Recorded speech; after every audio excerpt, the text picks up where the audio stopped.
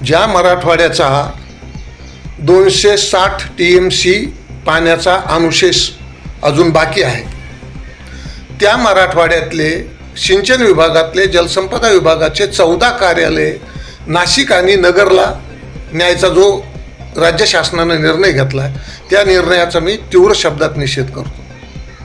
नुसता निषेधच व्यक्त नाही करीत, तर मराठवाड्यातल्या सर्व पक्षीय आमदार, खासदार, माजी आमदार, मंत्री, माजी मंत्र्यांना कळकळीची विनंती करतो की आपण या निर्णयाला विरोध करावा. मराठवाड्यातले हे कार्यालय अहिल्यानगर आणि नाशिकला हलवण्याच्या या निर्णयाचा विरोध करावा आणि हे कार्यालय 1 जूनपासून पूर्ववत मराठवाड्यातच चालवावं, असा निर्णय घ्यायला शासनाला भाग पाडावा अशी मी आपल्या सर्वांना विनंती करतो.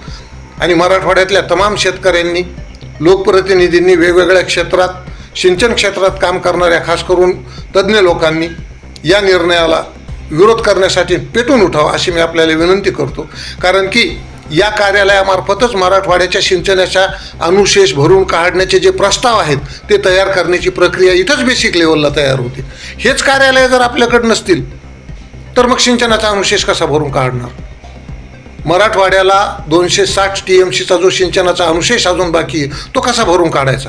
कारण की याच कार्यालयामार्फत सर्वे, सिंचनाच्या अनुशेष भरून काढण्याचे प्रस्ताव, तांत्रिक मान्यता, प्रशासकीय मान्यता याच कार्यालयामार्फत आपल्याला पाठवायची वरच्या कार्यालयाला. आणि जे लोक अहिल्यानगर आणि नाशिकचे, पश्चिम महाराष्ट्रातले जे लोक मराठवाड्याला पाणी सोडण्यासाठी विरोध करतात, त्याच लोकांच्या जिल्ह्यामध्ये जर हे कार्यालय गेले तर मग मराठवाड्याला पाणी मिळणार कसं? आणि ते लोकप्रतिनिधी आपल्याला पाणी मिळू कसं देतील?